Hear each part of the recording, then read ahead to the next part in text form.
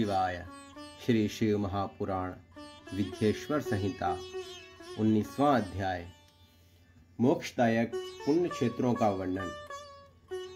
काल विषय में विभिन्न नदियों के जल में स्नान के फल का निर्देशन तथा तीर्थों में पाप से बचे रहने की चेतावनी।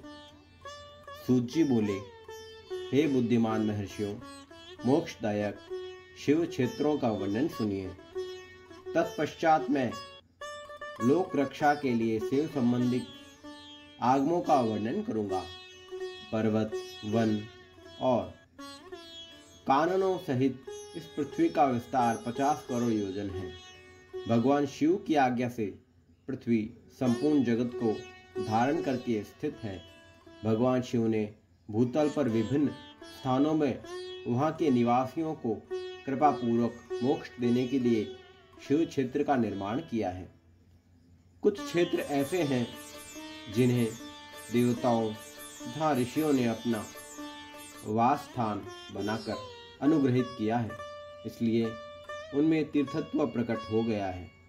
तथा अन्य बहुत से तीर्थ क्षेत्र हैं ऐसे जो लोगों की रक्षा के लिए स्वयं प्रादुर्भूत हुए हैं। तीर्थ और क्षेत्र में जाने पर मनुष्य को सदा स्नान, दान और जप आदि करना चाहिए, अन्यथा वह रोग, दरिद्रता तथा मूर्खता आदि दोषों का भागी होता है। जो मनुष्य इस भारतवर्ष के भीतर स्वयंभू तीर्थों में वास करके मरता है, उसे पुनः मनुष्य योनि ही प्राप्त होती है। हे ब्राह्मणों, पुण्य क्षेत्र में पाप कर्म किया जाए तो वह और भी दृढ़ हो जाता है। अतः पुण्य क्षेत्र में निवास करते समय थोड़ा सा भी पाप न करें। जिस किसी भी उपाय से मनुष्य को पुण्य क्षेत्र में वास करना चाहिए। सिंधु और गंगा नदी के तट पर बहुत से पुण्य क्षेत्र हैं। सरस्वती नदी परम पवित्र और 60 मुख वाली कही गई है, अर्थात उसकी 60 धाराएं हैं। जो विद्वान पुरुष सरस्वती की इन उन धाराओं के तट पर निवास करता है, वह क्रमशः ब्रह्म पद को पा लेता है। हिमालय पर्वत से निकलती हुई पुण्यमयी सलीला गंगा 100 मुख वाली नदी है। इसके तट पर काशी आदि अनेक पुण्य क्षेत्र हैं। वहाँ मकर राशि के सूर्य होने पर गंगा की तटभूमि पहले से भी अधिक प्रशस्त एवं पुण्यदायक हो जाती है। श्रवणभद्र नदी की 10 धाराएं हैं। वह बृहस्पति के मकर राशि में आने पर अत्यंत पवित्र तथा अभीष्ट फल देने वाला हो जाता है। उस समय वहाँ स्नान और उपवास करने से विनायक पद की प्राप्ति होती है।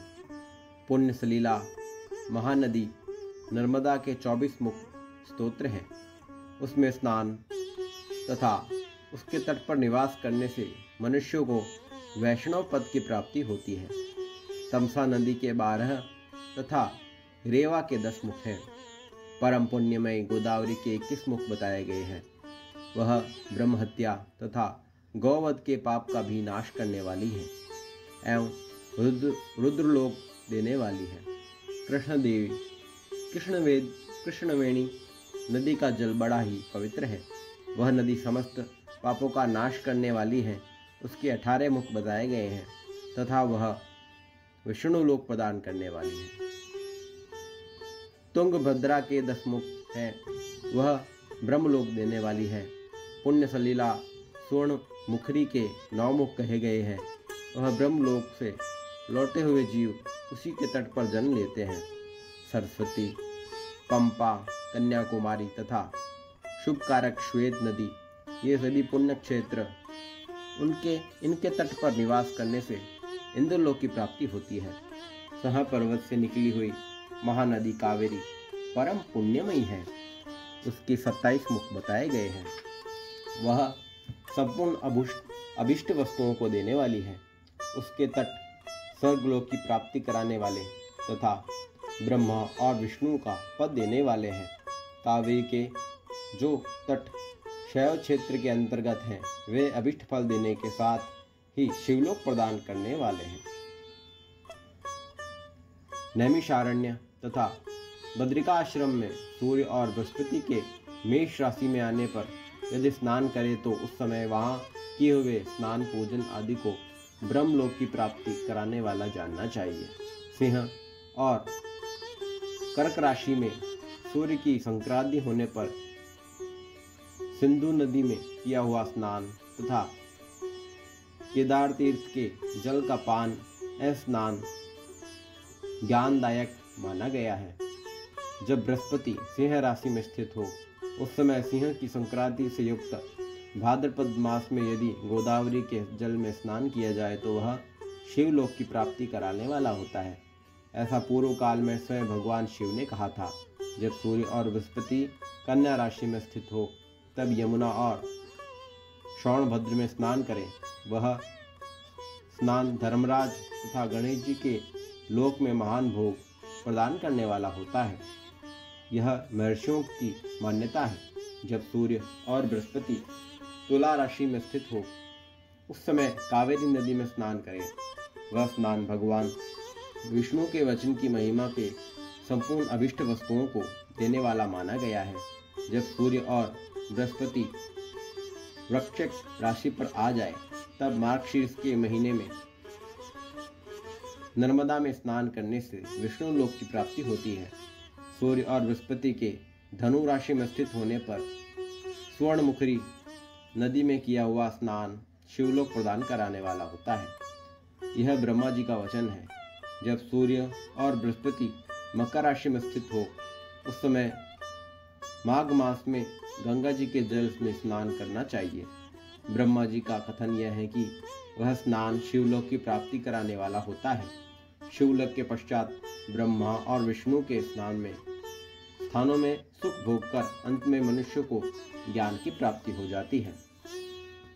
माघ मास में तथा सूर्य के कुंभ राशि में स्थित होने पर फाल्गुन मास में गंगा जी के तट पर किया हुआ श्राद्ध पिंडदान अथवा तिलोक दान पिता और नाना दोनों कुलों के पितरों की अनेक पीढ़ियों का उद्धार कराने वाला माना गया है। सूर्य और बृहस्पति जब मीन राशि में स्थित हो तब कृष्णवेणी नदी में किए हुए स्नान की ऋषियों ने प्रशंसा की है।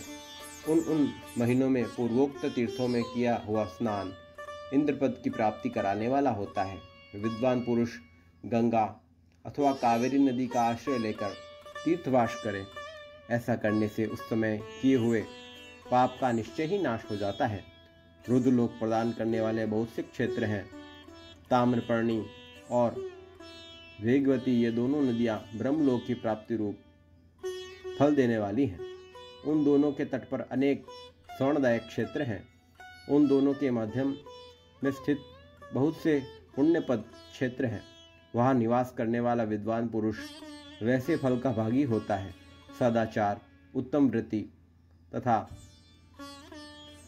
सद्भावना के साथ मन में दया भाव रखते हुए विद्वान पुरुषों को तीर्थ में निवास करना चाहिए, अन्यथा उसका फल नहीं मिलता। पुण्य क्षेत्र में किया हुआ थोड़ा सा भी पुण्य अनेक प्रकार के वृद्धि को प्रदान करता है तथा वहाँ किया हुआ छोटा सा पाप भी महान हो जाता है। यदि पुण्य क्षेत्र में रहकर ही जीवन बिताने का निश्चय किया हो तो उस पुण्य संकल्प से उसका पहले से किया हुआ सारा पाप तत्काल नष्ट हो जाएगा, क्योंकि पुण्य क्षेत्र को ऐश्वर्यदायक कहा गया है। हे ब्राह्मणों, तीर्थवास जनित पुण्य कायिक, वाचिक और मानसिक पाप सारे पापों का नाश कर देता है।